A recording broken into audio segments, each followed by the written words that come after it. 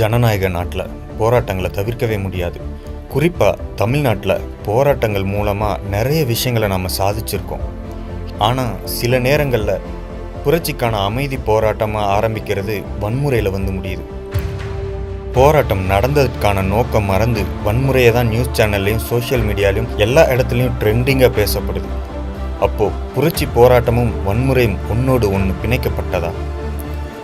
வன்முறை இல்லாமல் போராட்டம் சாத்தியமே இல்லையா? புரட்சி வன்முறை எப்பவுமே ஒன்றா இருக்குமா? ஒன்றா இருக்கவே முடியாது. வன்முறையில் என்ன புரட்சி இருக்குது? அநாதி காலத்தில் நடந்தே இருக்குது. முதல்லேருந்து வன்முறை நடந்தே இருக்கிறது தானே. அதில் என்ன புரட்சி இருக்குது? புரட்சின்னா புதுசாக எதுவும் நடக்கணும் தானே. அப்படி தானே முதல்லேருந்து நடந்திருக்க பிரச்சனைக்கு புரட்சின்னு சொல்ல முடியுமா? வன்முறைன்றது இந்த காலத்து பிரச்சனை இல்லை. 2 பேர் மனிதன் எப்போ வந்தாங்களோ வன்முறை ஆரம்பிச்சிச்சு. முதல்ல பேச்சில் ஆரம்பிச்சிச்சு, அதுக்கப்புறம் கையில் அடித்தாங்க, அதுக்கப்புறம் குச்சி எடுத்தாங்க, அதுக்கப்புறம் கல் எடுத்தாங்க, அதுக்கப்புறம் பாம்பு எடுத்தாங்க, கன் எடுத்தாங்க, எல்லாம் எடுத்தாங்க. அதே வன்முறை தானே.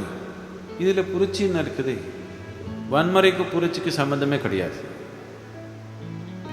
வன்முறை புரட்சி நினைக்கிறவங்க, புரட்சின்னு என்ன அர்த்தமே புரியாத மக்கள் தான் வன்முறை புரட்சி நினைச்சுக்கிறாங்க. புரட்சி நடத்தணும்னா இதுவரைக்கு மனிதனால எது சாதிக்க முடியலையோ அது பண்ணாதானே புரட்சி. இதுவரைக்கு இவ்வளோ கோடி வருஷங்கள்லேருந்து இந்த பூமியில் மனிதன் வாழி வந்திருந்தாலே 2 பேர் மனிதன் முழுமையாக சேர்ந்து வாழ முடியல. 2 பேர். இவ்வளோ கோடி மக்கள் இருக்கிறாங்க, 2 மனிதர் கம்ப்ளீட்டாக 2 பேர் சேர்ந்து வாழ முடியும். யாருனாலும் இப்படி வாழ்னாங்கன்னா இது பெரிய புரட்சி, அதிசயமான புரட்சி. இப்படி 100 பேர் சேர்ந்து வாழ்னாங்கன்னா மாத்தான புரட்சி. இப்படி 1000 பேர் சேர்ந்து வாழ்னாங்கன்னா இது சொல்ல முடியாத புரட்சி. அந்த புரட்சி பண்ணணும்னு ஆசிரமத்தை முயற்சி பண்ணியே இருக்கிறோம். அங்கே வந்துட்டோம்னு சொல்ல முடியாது.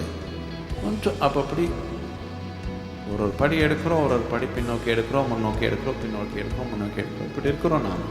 ஆனால் புரட்சி பண்ணணும்னு முயற்சி நடந்திருக்குது.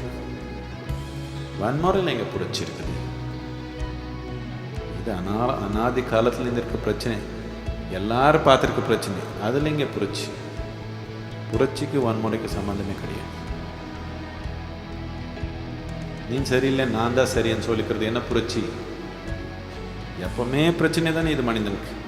புது பிரச்சனையா இது?